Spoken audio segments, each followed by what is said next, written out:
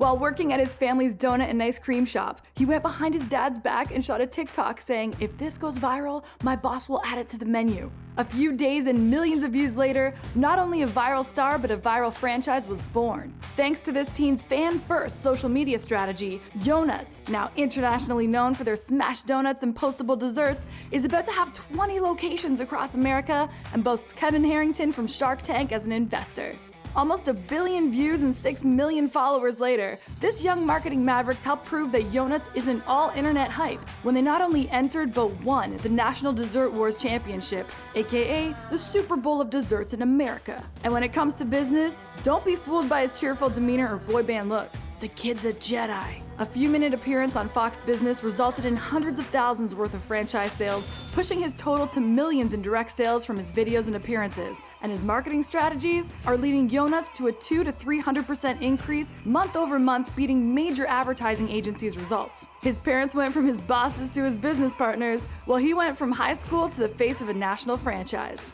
Today, the GOTEAM Academy welcomes co-owner of Yonuts, Nicole Arbour, aka Yoangelo, to teach you viral video strategies that actually work and how to turn your brand awareness to dollar signs in the social media era.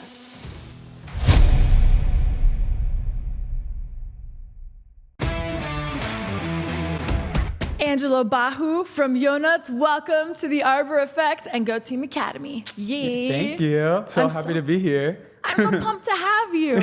Okay, starting off, this is why this is really fun, team, is I'm a genuine fan.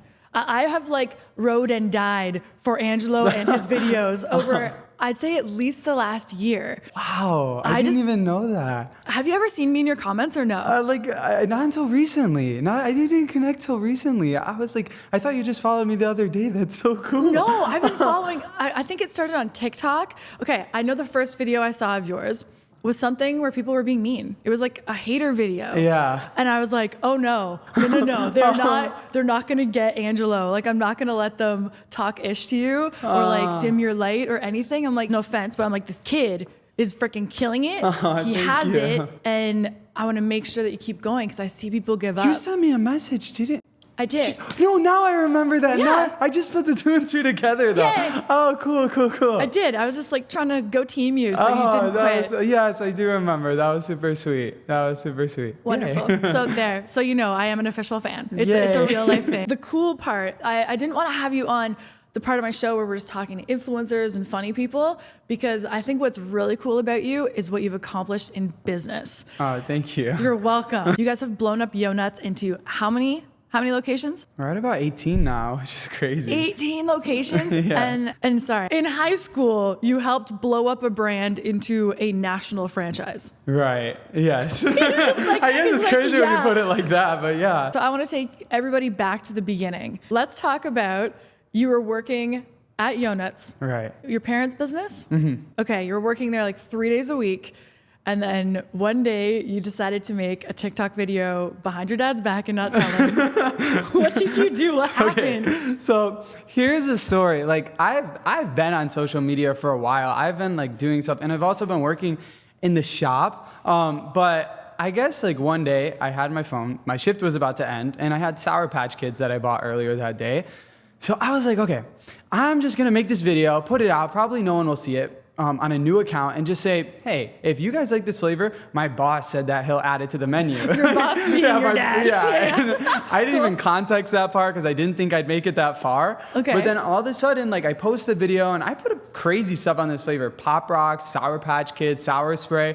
And then all of a sudden, I wake up the next day and this video has millions of views out of nowhere. Out of thin air. It was crazy. And then I'm just like, wait, is it this might become something, So I don't know, I kept making flavors and then it was something that just became bigger than myself, bigger than all of us. We got to pause and go back. I want to talk about that first video though, because as someone who's also gone viral many a time, right. What did that first viral moment feel like for you? Honestly, it was just, I've been working in my family's brand for a while and it's always been my thing, even on social media, when I did stuff in the past, I never showed it. It was just my little secret. So I guess it was kind of I just let the cat out of the bag, but like in a fun way. It was like, now I guess other people are gonna enjoy this with me. You know, it was That's crazy. so fun. It's so like a giddy, excited moment almost. Like it makes my palms sweat thinking about the first time. I was a little nervous. And I was like, and I just went, okay, full send, let's go. Did you have that moment? I definitely was like shaking the whole day, and like you kind of just are like refreshing it. Like, no, is this real? This is real. Is this real? This is real. Like, and you just are like, whoa, what's going on? Oh my gosh. Okay, so how did your dad respond? My dad was honestly, he was just like, what?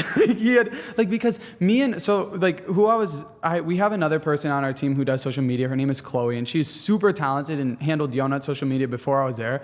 Did an amazing job blowing us up. Can we just take a moment to acknowledge that this is a youngpreneur and automatically thanked other people and gave them accolades and shout outs. Just saying. Okay. Thank you for that. Like that's a big deal. That's some big man energy. Just saying. Thank you. Well, I do want to go into the team stuff later because I'm going to talk about how, if we can, about how important that is because it's crazy. Me and Chloe were talking and I was just like, okay, Chloe, like, let's make more videos. Let's make more. Like, when should we tell my dad and the business partners? And then we're like, let's just wait for it to get a little bit more followers. Let's wait for it to get a little bit more. Let's not tell anyone. Oh my gosh, that's so fun. We kept it a secret till about like a few 100,000 followers, like at least 300,000. Are you kidding? But mind you, this was the quickest hundreds of thousands I've ever gotten. This was like in a span of like days. This wasn't like a long period at all. It was so surreal. So then we tell them and it's like crazy and everybody's like freaking out about this whole thing. It just took off from there. Did they freak out in like a positive way, or were they like, Angelo, why didn't you tell? I've seen your dad on your videos, so I know his tone. Like, why didn't you tell me? Or like, honestly, my dad is the type of person, like, no matter what I've done in my life, he's always like backed it and supported it. So I think like he always loved when I was like involved in the family business, because it's like, how can we stay like, like together? So I think when he saw me doing that, it was just like exciting. And like back then we didn't understand to what multitude like this would blow up to. Like, we didn't think it was going to be like what it is today, but it definitely was something really exciting at the start. I saw that first video and like I went back to see it, and you were great on camera. It was fun, but what I thought was so freaking amazing is that you had a hook right away. Right. What made you think of that? Like, you're like, if you guys engage with this and help me do a thing, you put everybody on a side quest. That's true. I guess I did. I think you're king of the side quests. We're going to get to that. Yeah. I don't know. Like, I just felt like I wanted to do something that would be just as exciting for me as somebody else. And I feel like it's fun to bring people in and like involve them some type of way, give them the say. I think that was like really cool that we got something on the menu for it. I've spoken at some of the biggest business conferences in the world. On stage, like 10X. I don't know if you've heard of that one. I have, absolutely, yeah. Okay, sweet. So multiple times I've spoken at 10X. I've done tons of huge business events with all the huge business and marketing people you've ever heard of, which has always been an honor and great because I teach people, how to go viral, how to influence people. So brands would come to me and I would help blow them up or their products, and I did it consistently over and over and over. I feel like you put most marketing people and the people who speak at those conferences to shame. Really? I really do. And thank you. You're welcome. I mean the top of the top, because they can all talk theory, but can they actually execute it? And the answer is usually no. I want to jump into how you come up with your content, how you know what works and what doesn't work. Oh, wait, hold on. That's a good question. I mean, I feel like there's just so many factors. It's like asking why is a dish good? Like, there's so many ingredients that go into it. Like, first, I do have to say, like, I think it's so important to have, like, for me to have somebody to help me get an outside perspective on it. I think I have, like I told you about Chloe earlier, she's like by my side through all of this. Like, I'm like editing the video, sending it to her, and we do that about 200 times before we find the perfect one. This is an amazing moment. This to me is a GOTEAM Academy moment. You just said you'll send it back and forth, like you're joking with 200 times. But wait, I don't know. I don't know if that's a joke. That's okay, because sometimes people will do one edit of something and be like, oh, well, it's not right. Or they'll go once back and forth. And I'm like, no. The viral stuff takes, hundreds of edits. Yeah, you can't give up on yourself and what you've spent so much time doing. You gotta give it time and work. But I think like definitely having that help and having her kind of like help me with it is good. It's good to have, like, as you say, a team. Like, it's important. But also, like, I think it just comes from, like, just a lot of trial and error, you know, like I always do this anytime I've started a new account in the past, this one being one that actually picked up much quicker, but you have to try a lot of things and see what people are going to resonate with, because I feel like people are so dependent on their own taste that they kind of don't think about the fact of, you know, the analytics and what people are actually responding to, what makes people smile and everything. So their audience. Exactly. Yeah. So I feel like if you can kind of learn to be receptive to what, like how videos are doing, what people are saying, then you can kind of use that to your advantage. Awesome. That's a great answer. Do you read the comments? Yes, I do read the comments. Okay. Do you get notes from them, or is it like just, nah, fluff? Well, first of all, I will say I've noticed that from platform to platform, the comments do vary. Like, you know, some platforms are nicer, some they're meaner. Go on. Instagram. Yeah. Instagram is mean. I find YouTube is the meanest, actually. Are you serious? For me personally, Yeah. I find YouTube is the meanest. That's interesting. Yeah. I have such little, I like my demographic is like kids. They're so sweet. They like, are so like I sweet. meet them in person. These kids are they're so sweet. I think people always think about the negative comments and how that can affect you, but people also don't think about how the positive comments can affect you too, because if your confidence is built strictly on people giving you positive feedback, the second it's gone, you know, where is your self-confidence? Like, it goes away. And I'm serious because like, I know. Who harnessed you like this? Who gave you this foundation to have that insight? Personal experience, because I had an old account and I grew it to almost 1 million, and then my phone broke. I got locked out of it, and it was like an ego death for me. Like, and I had to learn that like that confidence needs to come from within. And the positive comments, I'll be so appreciative, and it's nice to hear it, but it can't be what builds me as a person. It has to be like myself. So I don't know. I know you asked like These are great. It wasn't exactly what you asked, but I do think that was like an important point I learned along the way. I think that's amazing. I'm actually so happy that you touched on that, because a lot of people won't. They won't even admit it, that there's that little bit of like ego that gets fed with the comment section. And it's true. I had a time where I didn't even read the comments, but then I thought that wasn't fair to the people who are taking time to interact with me. So now I feel like I take the good and the bad exactly the same. It's just, I understand. It's feedback. Yeah, it's just feedback. It's feedback, yeah. And I mean, to a certain extent, like, of course, it's important to listen to what your audience is saying. Like, sometimes they come up with my best ideas, you know? The first video of yours I interacted with you on, because I just was mad. I was angry that people were being mean to you. I'm like, don't you dare. This nice guy is making donuts that are like covered in awesome sprinkles, and he's inventing desserts. And I heard someone be like, or I read them, someone was like, oh yeah, that probably tastes like whatever. I'm like, no, I'll have you know, they win awards, okay, for the taste. Oh my God. And I felt myself defending you, and I didn't know you. Oh, so sweet. Thanks. So how do you deal with the hate comments? Because they come, which is kind of funny. I'm like, he's making donuts and fun things. It's kind of silly. I mean, honestly, I know the video that you're referencing, just for like context, I was making flavors for the new Minions movie. I've always loved like the Disney movies and like those type of movies, even as I've grown up. Yeah. So I was making flavors for it, and then these customers walk in, and then they just kind of like shoot me a dirty look. They don't say anything, but then they just say like, oh, that's so cringe. And then like they just kind of start laughing at me. And you know, I did feel bad when that happened, because it just was like, I don't know. I was just like, I was minding my own business. And I think it's like, if you're not bothering anybody, why should other people say stuff? So it kind of like, it hurt my feelings at the time.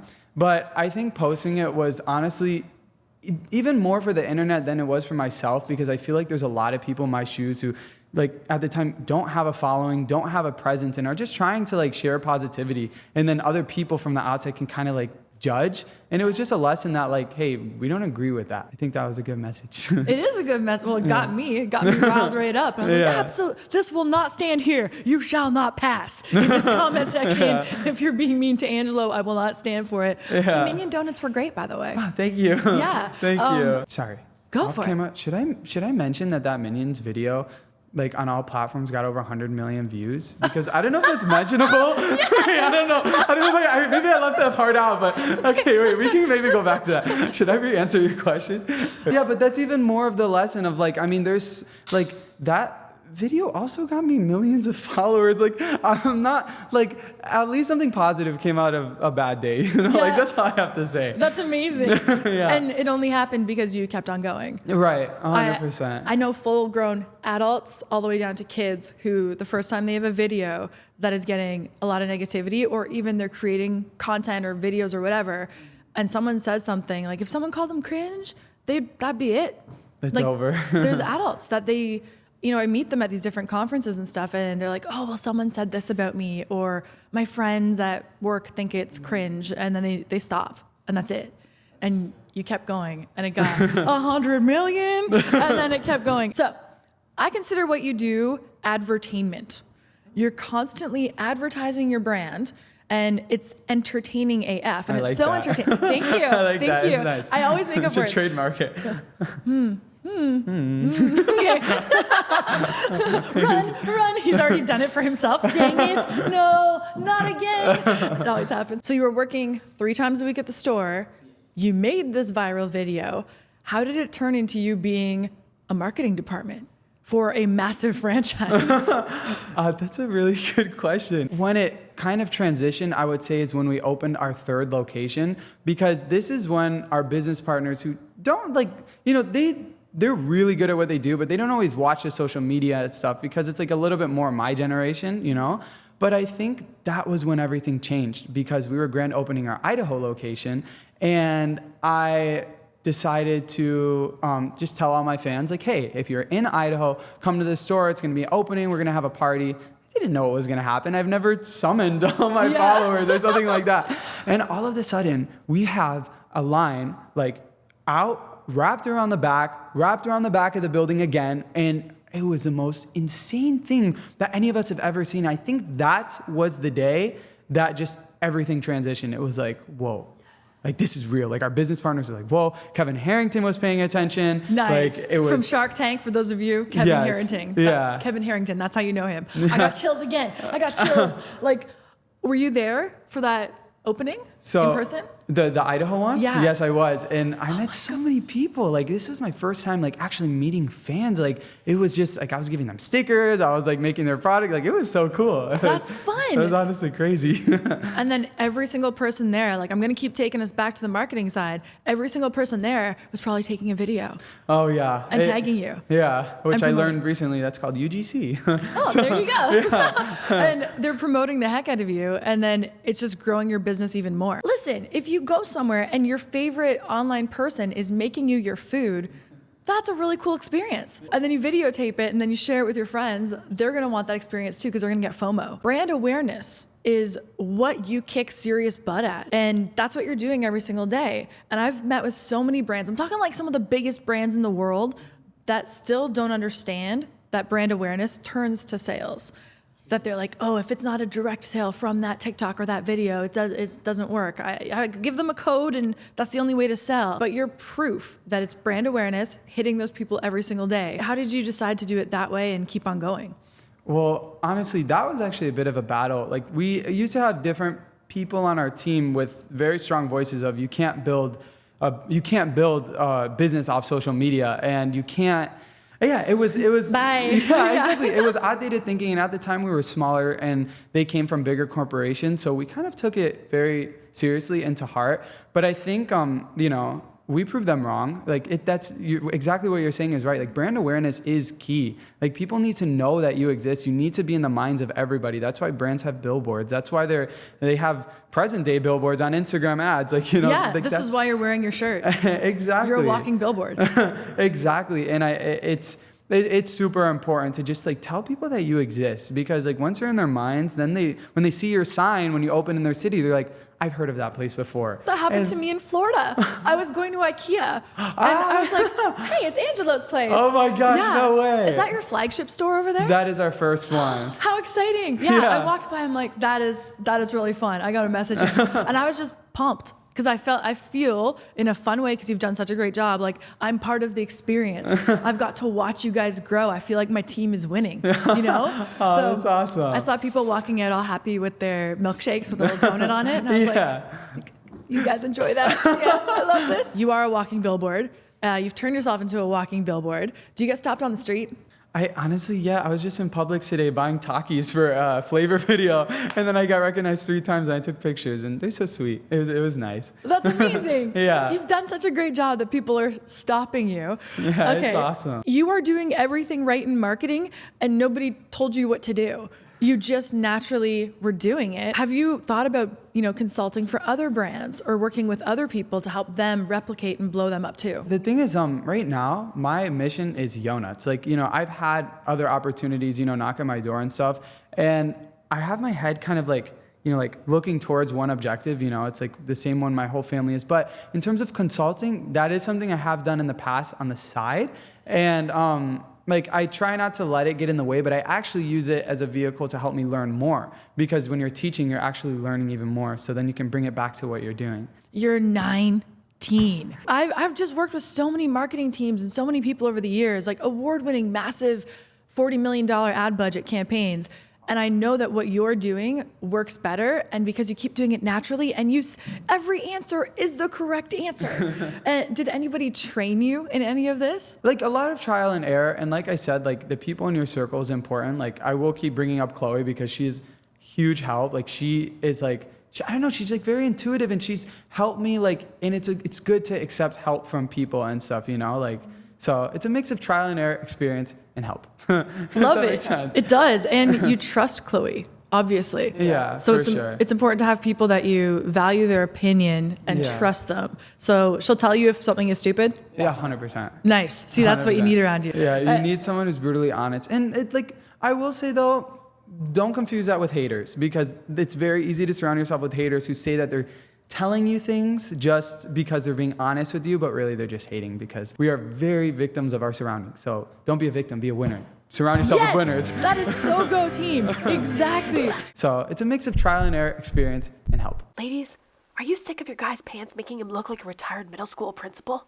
Like just a sad butt? And unfortunately, there's a sad butt epidemic sweeping the world where happy, perky buns are being covered by too much fabric, bad fabric, or just not enough fabric. Oh, that was gross. Making sad butts everywhere. But thanks to the Daymaker pant by Public Rec, you can turn that booty frown upside down with a track pant level of comfort in a dress pant that won't even lose its shape. They're breathable and stretchy while never losing their form, so he doesn't have to lose his. This holiday, get happy buns for everyone's. For a limited time only, our listeners get 20% off when you use the code GOTEAM at checkout. That's 20% off with the code GOTEAM.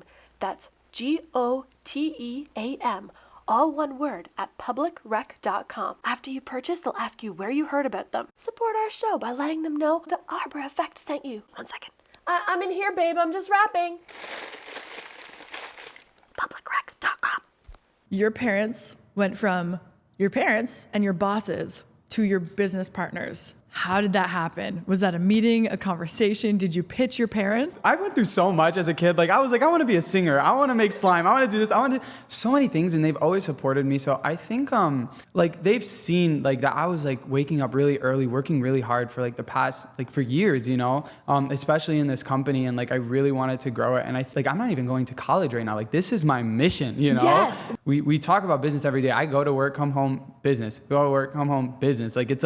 We live it. And I think they saw that. And they want me to grow. They don't want me to be just an extension of them, but they want me to be even bigger. And I think when they saw the work put in, that's when it happened. Did your, basically, not just your duties change, but your clout within the company? When a formula works, you want to do more of it. They want to hear more of what I have to say. They want to because when something's doing well, do it again, and do it again, and do it again, and do it again. How many times a week should someone post? I think that when it comes to the times and the this and the that, throw it out the window. You need to put out the best content that you can, and you need to experiment and trial and error.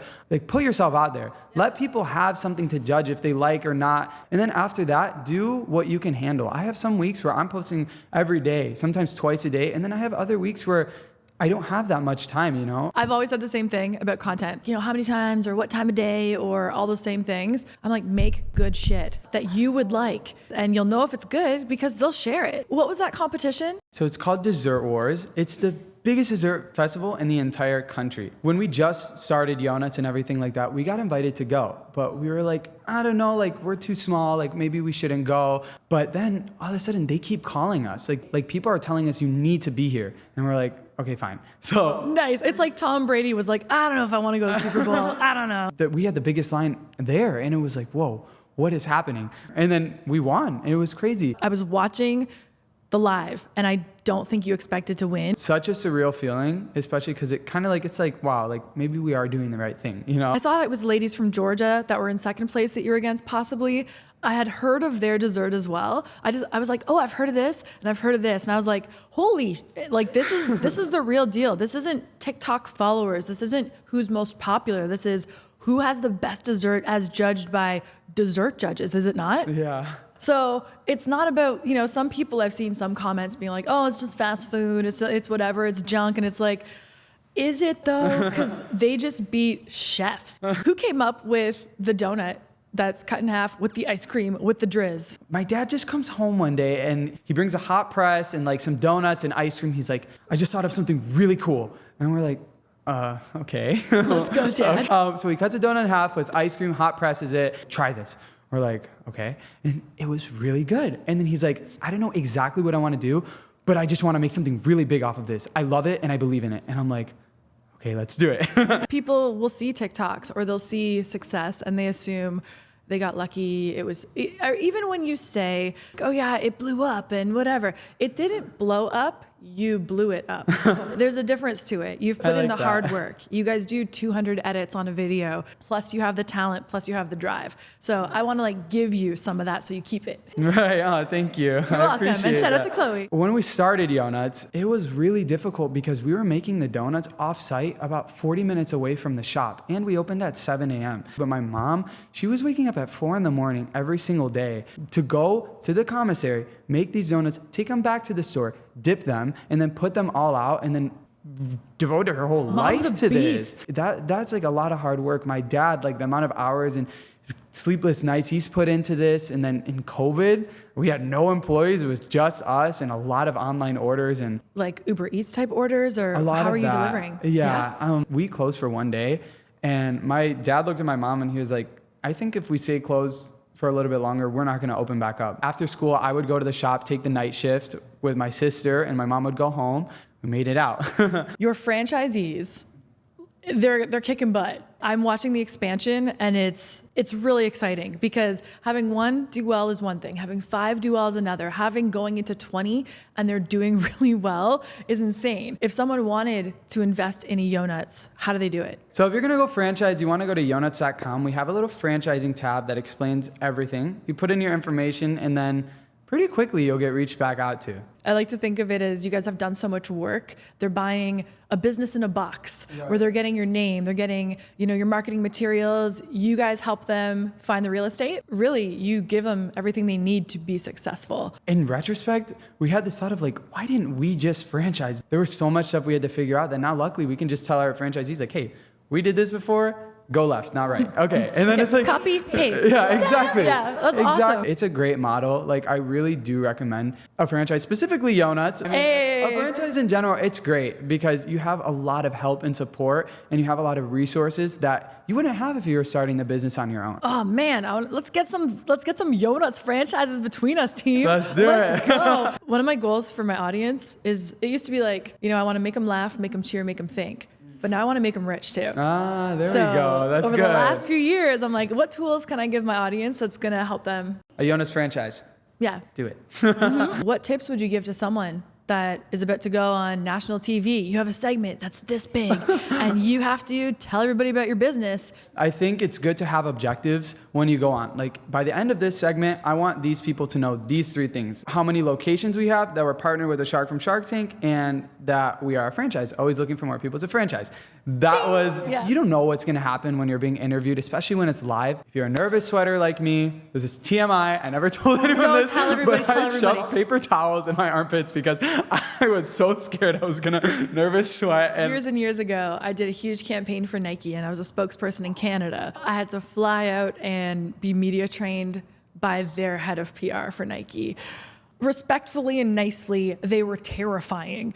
They put me in a room and they would lob questions at me, multiple people, and they would ask questions that were scandalous, scary, hard to answer, and they would all yell them at the same time. I cried. Like after the first meeting, I left and I was like, okay, Arbour, get it together, you got this. And I had to go back in for the next round. They just like pummeled me with questions until I got used to it. This is my little tip for you and for anybody else is think of the worst thing they could possibly say, or worst thing you could say by accident, and work your way out of the hole before you even get there. When I'm watching your socials, I'm like, what?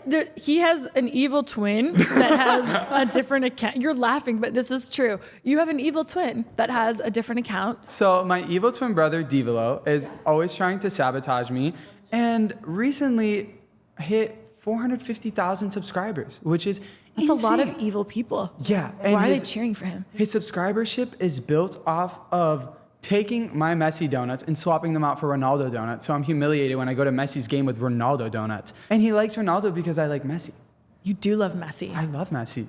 And that's why he loves Ronaldo. He says he's been a fan, but it's cap. How did you decide to start doing these videos with like narratives versus just talking to the camera or stuff other people do? For anyone who doesn't know, I have a series where I tried to find Messi with donuts. Started off as a joke because my little sister asked me to find Messi. But then all of a sudden by part 7, he actually got the donuts. People liked it. Why not do it again? And again, and again, and again, and again. And so obviously it's connecting Yonuts with a brand people already knew, which is Messi. Right. Who is your dream collab? Ooh. Anybody. That's Anybody. a good question. There is like a bigger meaning of why I want to do it is Mr. Beast. I know like a lot of people, when they get their platforms, they kind of like, okay, got the platform, I'm famous now I can be a jerk. But it's like, no, like this guy is like really out here like making people's lives better. And the haters he gets are from people being mad that like he's doing good things. You know what I mean? So it's like, they don't even count. Like, I've seen what my videos have been able to do for other people. Like people have told me like they were, like this is a little bit deeper, but they've told me like they're like about to end things and like kind of like it's my videos have helped them get through certain things and like the community that's been made. And to see him like 100 million times bigger doing that on such a bigger scale, like I think that's really cool. Like I like, can amazing. see a Mr. Beast Yonut in the future. Maybe you could do one that has his chocolate in it too. I would love that. Yeah. That would be awesome because have at all your locations. I think that would be incredible. I think that's like a total brand win. Like I'm allergic to dairy, but I would still eat the chocolate that day just to do it. As a person with some allergies, sometimes I just miss things. And one night I was like, this pizza at this pizza place smelled so good. Oh, snap. I bought it and I took a bite and I chewed it up and I would spit it in the garbage. And I'd take a bite and I would chew snap. it. Just so I could like pretend I'm eating pizza. Just so you could pretend. Yeah. For this business, for you in business, for you as a creator, what's the ultimate dream? Like making it enough to where I can help like the people around me. For example, like my parents, I want to one day just like kind of give them enough to where they don't have to work anymore. And if they do, it's because they want to. And like, or anyone, if I see somebody, I want to have something so big that it's like, oh, you don't like what you're doing? You can come work with me. Like we can do something awesome and give people fun jobs. Make you hone it down slightly. Okay.